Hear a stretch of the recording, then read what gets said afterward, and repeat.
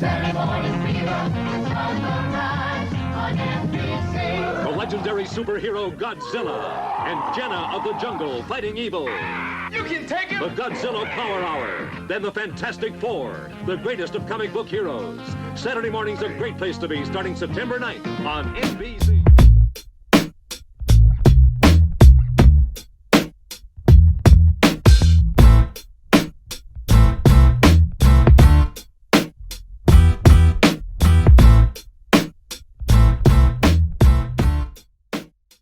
What's up, everybody? It's John with John Sports Odds and Collectibles coming at you with a brand new video. How's everyone doing out there today in the YouTube universe? It's a comic book video today.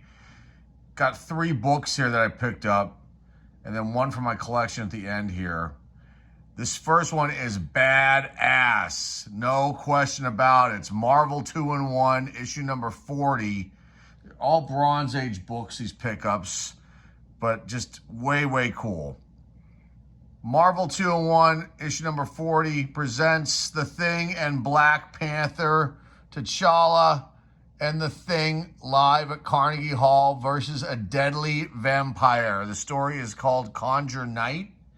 You've got cover artist Ron Wilson and Pablo Marcos. Not a key, but just the cover is awesome. And this was $3. You've got artist Phil Rachelson working on this one, as well as Ron Wilson, Irving Watanabe, and Pablo Marcos, writer Roger Silfer, Tony DeFalco, editor Jim Shooter, publication date June 10th, 1978, and this is very, very, very cool. And you know what's missing on here is the month. It just says 40. Maybe that's the way they're supposed to be. No. Yeah, it's missing the month. But it looks like that's the way it is for some reason on this cover. I don't know why, because I've got another book here, the next one, and it has the month. And that's weird, but it is what it is with this one. Release date was actually March 7th, 1978. Cover date is supposed to be June 1978. So March it came out, and then June is the cover date. So it's missing the June. Don't know why. Newsstand copy, but you know that doesn't really matter during this time frame because there weren't too many direct copies yet. So this whole newsstand thing, you know, from the 70s is kind of bogus. It's kind of relevant in my opinion, like when you start hitting the 80s and you start seeing the direct copies and the newsstand copies are starting to get weeded out. Regardless of that, this is a really, really nice copy of this issue. I love Marvel 2-in-1s. They're always awesome, the covers, and the story's pretty good. But I think this is going to grade out pretty high. If I was to send this one in, I'll figure out what I'm going to do with this one. I didn't count very many spine ticks. I don't see any color breaks, spine ticks on this one. I believe white pages are close to it. Nice back, just needs a little bit of a clean, not too much. One press. It looks like it's a pretty clean copy. 9.8's only go for about $80, which seems kind of low, but I guess it's not a key, and you know people don't care. Ungraded, $4 to $6. There have been a whopping total of 48 of this issue graded, and 17 9.8s. And all the way down to 6.5. Someone sent that in 6.5. Maybe they were kind of trying to jump on the Black Panther bandwagon. But this is just, I just love this book. This is cool. And it's just great. And I'm glad it's now in the collection. And I'm glad they were able to present this one today in this video. So let's go on to the next one. I forgot to mention there are a bunch of names in here too. There is Matt Murdock, Daredevil, Yellow Jacket, Jonah Jameson. There's also first appearance of Vampire Zuwembi. I guess that's this guy right here. And Maria Henkel makes a first appearance. And that's it. I just want to throw those in here, and let's go on to the next book. Next up, we've got the key of the bunch here. The first one was the badass book. This is the key. And then the last one we're going to show before we get in one for the collection is a major production error. In my opinion, pretty rare production error. A couple production errors on it. So we'll get to that one next. But let's talk about this one. You got Defenders, The Defenders, issue number 46. Release date January 18, 1977. Cover date April 1977. This is a key. We're going to talk about that in a second. It's a minor key, not a major key, a minor key. Let's talk about let's talk about there's two stories in here. Who remembers Scorpio, the Prelude, and then the second story is Spider-Man, the Champ. Now, in this first story, you've got Valkyrie, Nighthawk, Hulk, Hellcat joins, Doctor Strange leaves, Power Man leaves, Red Guardian leaves, Clea's in this issue too. The antagonist is Scorpio. Max Fury, first full appearance. Elf with a Gun has a death. I don't know who Elf with a Gun is. And is there anything else interesting about this particular story? No. And the second one, Spider-Man the Champ, is actually a reprint from Marvel Hostess ads, issue number 14. So I don't know what that is, but an image will probably pop up from that. So Spider-Man the Champ, it's a reprint from Marvel Hostess ads. Now, this is a key because I mentioned Hellcat joins, Luke Cage leaves, Red Guardian leaves, and it's also the first appearance of Max Fury. That's what I said already. You have cover artist Ed Hannigan, Joe Sinnott, writer David Kraft, Roger Silfer, and then artists, there are a whole bunch here. Dave Hunt, Ed Hannigan, Keith Giffen, Ross Andrew, Dan Crespi, Irving Watanabe shows up again, and Klaus Janson rounds out the artist list. Editor Archie Goodwin. Pretty cool stuff. Nice key right here. The Defenders issue number 46, 9.8 is worth $208. Ungraded about $6 to $7. So nice pickup here. A little bit of one little color break tick right there. Otherwise, I think this is a pretty clean copy. The back I remember being really nice. I think white pages. I think this is a steal. I think I only paid, let's see, this one was $2.50. I'm sorry, it was $2.50, not $3. This one was $3. So I think a steal for like, you know, a minor key, in my opinion. The Defenders, issue number 46. Let's get on to the next book right now. The last book of the pickups, the lone DC pickup for this video. Adventure Comics starring Aquaman. I'm not a big Aquaman fan, but this one, for some reason, I was going through those boxes and I just, you know, just to see if I missed anything at this one location from the last time I was there, because they haven't replenished anything. And I've seen this one before as I've gone through them. And I pulled this one out because the cover looked pretty nice. Then I opened it up just to look at the condition inside. I think that's like white to off-white pages. But I noticed one thing right off the bat. I don't think I've ever seen this before, and I've read about this online, but this has got like a double staple production error going on here. And you might laugh, haha, that's such a nerdy thing. But it's actually, I think, kind of a rare deal, and I'm going to explain what happens with that. The other thing that with this, well, let's talk about the double staple deal. So based on what I've read, the staple situation like this is that this book, the staples were put in before the cover went on. And then they realized there was a mistake, and I don't know if it happens just once or multiple times. They have to stop the machine. They take the whatever book or books back to the binder machine, I guess, where they put the covers on, and then they attach the cover again. So it's got 4 staples in them. The ones where they attach the cover are here, and I think here, and then are down below, and the other staples inside the book are here, and I think right around here. So I'm glad I looked inside, because I just would never have noticed this. The other thing they forgot to do on this, they forgot to trim the edge along here. You can see it's kind of pushing down a little bit, being in the bag here. I don't know how I'm going to deal with this, but this kind of book can be graded, and this one actually holds a little value too. But they didn't trim it, so it extends over a little bit over the book on the front and the back of the cover here. Okay, so there's the weird production error with this issue, Adventure Comics issue number 447. It's volume 1, issue number 447. The release date, September 10th, 1976. Cover date, October 1976. You've got cover artist on this one is Jim Aparo, name we've mentioned many times here in these videos. Artists also on this book, Carl Gafford, Jim Aparo, Rick Estrada, Ben Oda, Joe Staten. Writer Martin Pasco and Paul Levitz, and then the editor was Joe Orlando. Pretty cool stuff here. Now, in this issue, you've got all kinds of Aqua people going on. You got Aqua Baby, Aqua Baby, Aqua Girl, Aqua Lad, obviously Aqua Man. You got Mira. The antagonists are Black Manta. That's like one of his foes.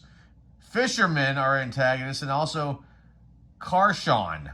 And then Jim also appears in this. He makes a single appearance in Topa the Octopus. The story title is Aquaman Prelude to Armageddon. And then there's also this bonus story here of the Creeper Death Walk. Let's see what it says about that real fast, and we'll wrap this portion of the video up. It doesn't say who well, okay, your writers, Martin Pasco, same people. Rick Estrada, just Staten. Carl Gafford's a colorist, letter is Ben Oda, and then editor Joe Orlando.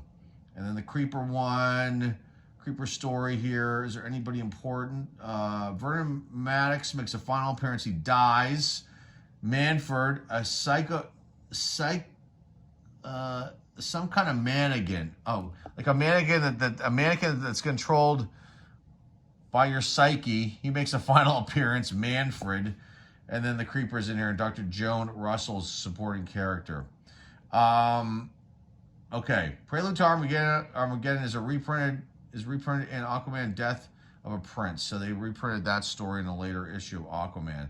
Okay, that's enough of Aquaman. Let me just give you some values real quick here. And there haven't been very many of this one grade either, by the way. 15 copies total. All right, a 9.8 though is worth $225. And ungraded $5 to $7, and I think this might be a little more valuable because of this massive production error that is going on with this book. And again, I've never seen 4 staples in a book. I've seen double covers. I might actually have one copy. I got to figure out which one it is. I can remember correctly. It might be a Micronauts one. I can't remember. But I've never seen a book that wasn't trimmed properly before. So a pretty cool find, to say the least. And one that I was not expecting to pick up at all when I went out on my hunt. So there's that one, Aquaman, right here, Adventure Comics, issue number 447. Let's go to the book from my collection. All right, let's get into a book from my collection. This is an oddball one, The Human Fly, issue number 1. It's not a key, but I remember this book, and I read this book a lot. This is definitely a reader copy. And if I ever find a cleaner copy of The Human Fly, issue number 1, I'll definitely pick it up. From 1977. Now, this is interesting stuff here. The Human Fly was created by Len Wein, Bill Mantlo, and Gil Kane. And the first appearance of the Human Fly was in an Amazing Spider-Man annual from January 1976. And let's just read a little bit about this real quick, and then we'll dive into the book and look through it really fast. The Human Fly is the name of 3 fictional characters appearing in American comic books published by Marvel Comics. One is a supervillain. It was an occasional antagonist of Spider-Man, and the other 2 were superheroes. One of which was the title of a short-lived series in the late 50s, reprinting some of Fox's Blue Beetle strips from the 1940s. It was published by Super Comics. All right, so the fictional character's name is Richard Deakins from Newark, New Jersey. And let me see, does it say how many issues this ran for? Let me see if I can find it here. Okay, the superhero. So the second Human Fly, that was the first one I just mentioned the name of, was a young man of unknown identity who was severely injured during a car crash. And during the hospitalization, including a number of reconstructive surgeries in which much of his skeleton was replaced by steel, he took on the mass identity of the Human Fly. As the Human Fly performed daredevil stunts to benefit various charities, especially those helping children with disabilities. So the character is based on the real-life stuntman Rick Rojat. Okay, I didn't know that. That's pretty cool. So it doesn't say how many issues this ran for, and maybe I can kind of type that in here in a second. Let me just do that real quick. Human fly. And I know I'm kind of dragging this on here, but I just wanted to get information about this because this is like an oddball like release. And let me see if it says how many how many issues. It doesn't. Let me look one more thing here.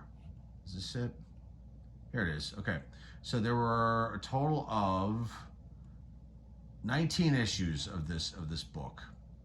So it's only 19 issues and then it was done. So this one in particular is from May 31st, 1977 was the release date and cover date, September 1977. So May 31, 1977. May 31st. Okay, let's take a look at this. This is really cool.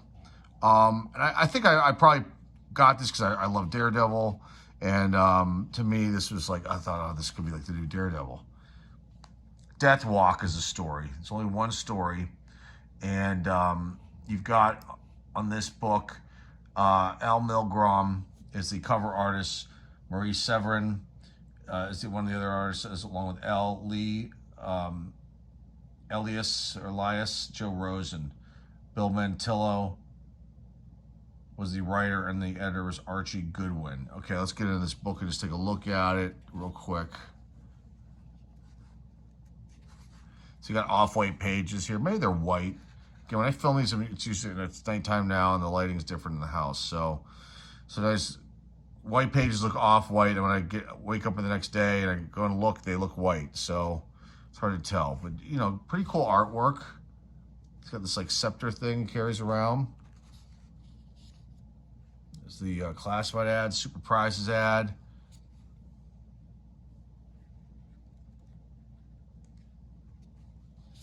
They also have bodybuilding ads in all these comic books. Every single one of them had them. Grit was always one. There's a Pacific Comics ad.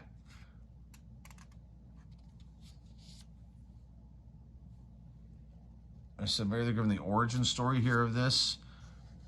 Mighty Marvel book specials.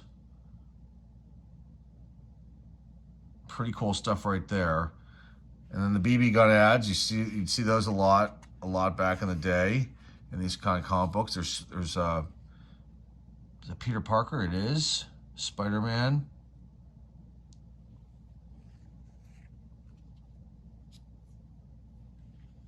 This is awesome. Human Fly. New from the House of Ideas. There's the subscription page. The Howard the Duck, Captain America, Spider-Man. Gotta love it. It's awesome.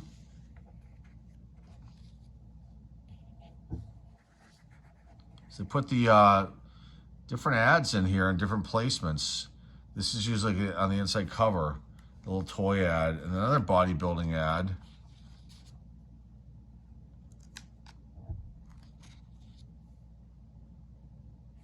I love the projector with the I guess naked lady. Can you guys see that there? That's hilarious. I love it. Okay, little risque action happening here on the Human Fly issue. Okay, let's get to the last pages. There's Spider-Man showing up.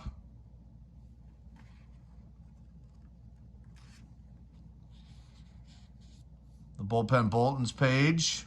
Stan Lee signing that section right there. Conan the Barbarian promo. There's the Twinkies, the Hostess cards, the baseball cards. Gotta love it. I've featured those here on the channel before too. It all comes together. It's all like a circle. This kind of stuff. There's Spider-Man saving the Human Fly. Just thanking him. Thanking Spidey there. I've got a couple issues of this. I got issue 2, maybe 3. Toy Soldiers ad, another prize for cash in the back. You can see this one definitely needs to be cleaned. Dirt. There's a crease right here on from the back cover. I don't know how that happened. Orca. The Orca movie, which I don't know if I've ever seen that movie. Richard Harris, Charlotte Rampling, Dino De Laurentiis production there. Orca. They were trying to go off the Jaws deal. Orca the Killer Whale. I think that was I think I may have seen that movie. I think it was pretty awful. So let me just flip this over here, and then we'll wrap this one up. The Human Fly. Very cool stuff.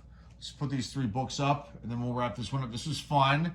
More comic book videos coming up soon, along with put the DC book in the middle, and then we'll bookend them here like this. More trading card videos coming up too as well. And I'm going to do a comic book video where I'm going to go into books in the collection that have no covers that I have, and I'm going to see what issues they are, if there's any keys, and what the values could be, even though they have no covers. And I will get into the backstory of how I obtained those back when I was a kid. It's sad. I don't know why I would have bought and would have purchased something like that, but we'll showcase those in a future video too, along with some other comic book videos as well, and trading card videos. Okay, that's all I've got. A little bit longer than I wanted this to be, but pretty cool stuff nonetheless. All Bronze Age goodness right here, and hopefully you like this one.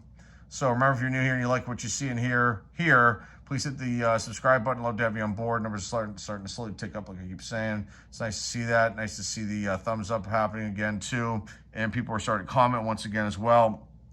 And so yeah, feel free to give it a thumbs up, this video. Throw your comments down below. Please share this with the comic book community out there. And remember, the eBay store link is down below in the description. That's all I've got for you guys today. Hopefully you enjoyed this one today. This is me signing off. This is John Sports Card signing off, and I'll see everybody very, very soon. Take care. Star Wars. You and your children loved it. Now, the Earthlings at Kenner have asked my associate and me to present the Star Wars collection. Truly remarkable toys and games for your children. What are you so excited about now? My goodness, the Star Wars TIE Fighter and X-Wing Fighter. Now your children can relive our great space battles or collect our wonderful Star Wars companions with Kenner's Star Wars action figures. R2, it's a little you. Kenner's new radio-controlled R2-D2 anyone can command. Ah, the Star Wars land speeder that moves like it's floating. And here's Kenner's Death Star space station, 4 floors of action. A trash compactor, too. Listen, R2, that's the Star Wars electronic laser battle, a game of speed, reflex, and reaction. These and other toys and games in Kenner's Star Wars collection are sold separately. Batteries are not included. May the Force be with you and your children.